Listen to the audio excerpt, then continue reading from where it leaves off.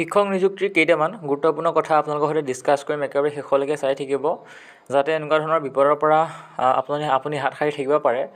নতুনকৈ আহিছে যদি আমাৰ চেনেলটো ছাবস্ক্ৰাইব কৰি থ'ব, ৰঙা আখৰে লিখি থোৱা ছাবস্ক্ৰাইব বুটান টিপি ন'টিফিকেশ্যন অল কৰি থ'ব যাতে শিক্ষক নিযুক্তিৰ সকলোখিনি ইনফৰ্মেশ্যন আপোনালোকে প্ৰথমতে আমাৰ চেনেলৰ জৰিয়তে পাই থাকে।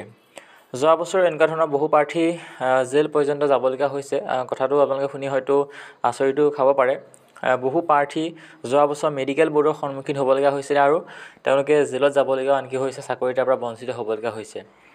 অলপতে PWD প্ৰাৰ্থীসকলৰ কাৰণে যিখন নটিচ ওলালে, ইতিমধ্যে যিখন লিষ্ট ওলালে নামৰ সৈতে কোনটো বিভাগত এপ্লাই কৰিছে, ইয়াত LP আৰু UP দুটা বিভাগতেই এপ্লাই কৰা প্ৰাৰ্থীৰ নাম প্ৰকাশ পাইছে। ইতিমধ্যে সকলোৱে লিষ্টখন চাইছে, কিন্তু ইয়াত বহুতো আশোহা আচলতে দেখা পোৱা গৈছে। বিশেষকৈ আপোনালোকে দেখিবলৈ পাব যে একেজন প্ৰাৰ্থীৰ নাম তিনিবাৰকৈ অহা দেখা গৈছে। গোটেইখন মই ডিছকাছ নকৰোঁ, আপোনালোকক যদি মই দেখাই দিওঁ তেতিয়াহ'লে দেখিব যে 26, 27, 28 নম্বৰ প্ৰাৰ্থীজন চাওক আপোনালোকে। আনোৱাৰ হুছেইন আচলতে দুটা আছে। 26 আৰু 27 নম্বৰ প্ৰাৰ্থীৰ নামটো দুবাৰ আছে আৰু একেটা বিভাগতে আছে, LP স্কুলতে আছে তেওঁৰ নামটো। যদি আপোনালোকে চাই প্ৰথমতে 1 নম্বৰ যিজন প্ৰাৰ্থী, সেই এক নম্বৰ প্ৰাৰ্থীজনৰ নামটো একেই, আব্দুল কৰিম বুলি আছে। অৰ্থাৎ একেজন প্ৰাৰ্থীৰ নাম দুবাৰ আছে। ক'ৰবাত যদি LP আৰু UP বেলেগ হ'লহেঁতেন তেতিয়াহ'লে বেলেগ কথা, কিন্তু একেটা বিভাগতেই দেখিবলৈ পোৱা গৈছে। গতিকে যিসকল সঁচাকৈ PWD প্ৰাৰ্থী হয়, তেওঁলোকৰ প্ৰকৃত চাৰ্টিফিকেট আছে, তেওঁলোকে আচলতে ইয়াত যিটো ডকুমেণ্ট ভেৰিফিকেশ্যনৰ কাৰণে যোৱাটো ভাল। বিশেষকৈ যিসকলৰ চাৰ্টিফিকেট জেনুইন হয় সেইসকলেহে আচলতে ডকুমেণ্ট ভেৰিফিকেশ্যনৰ কাৰণে যাব লাগে। কাৰণ যোৱা বছৰ এনেকুৱা বহু প্ৰাৰ্থী আচলতে ধৰা পৰিছিলে, বক্ৰ পথৰে তেওঁলোকে চাকৰি দিব বিচাৰিছিলে। বিশেষকৈ ভুৱা আচলতে PWD চাৰ্টিফিকেট তেওঁলোকে উলিয়াই এপ্লাই কৰিছিলে।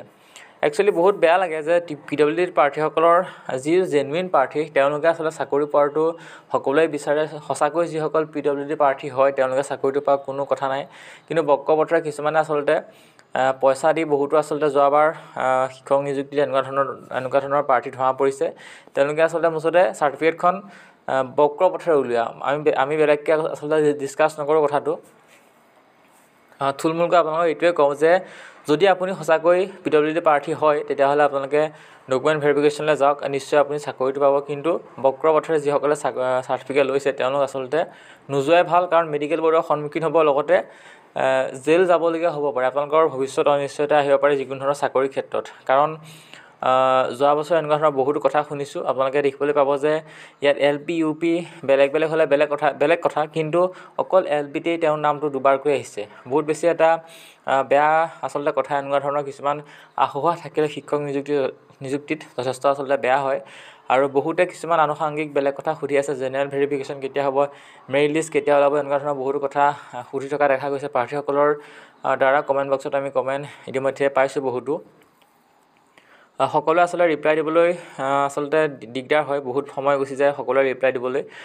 গতিকে পৰৱৰ্তী সময়ত পুনৰ সকলোখিনি আপডেট লৈ আহিম। আৰু যদি আপোনালোকে বিচাৰে যে কেৱল কমেণ্টৰ ওপৰত যদি এটা ভিডিঅ' বিচাৰে তেতিয়াহ'লে আপোনালোকৰ কাৰণে এটা ভিডিঅ' লৈ আহিম কেৱল কমেণ্টৰ ওপৰতে ভিত্তি কৰি। যদিহে আপোনালোকৰ কিবা সুধিবলগীয়া থাকে তেতিয়াহ'লে আজি এই ভিডিঅ'টোত কমেণ্ট কৰিব, সকলোৱে ৰিপ্লাই দিবলৈ চেষ্টা কৰিম, বা ভিডিঅ' আকাৰে হ'লেও ৰিপ্লাই দিবলৈ চেষ্টা কৰিম।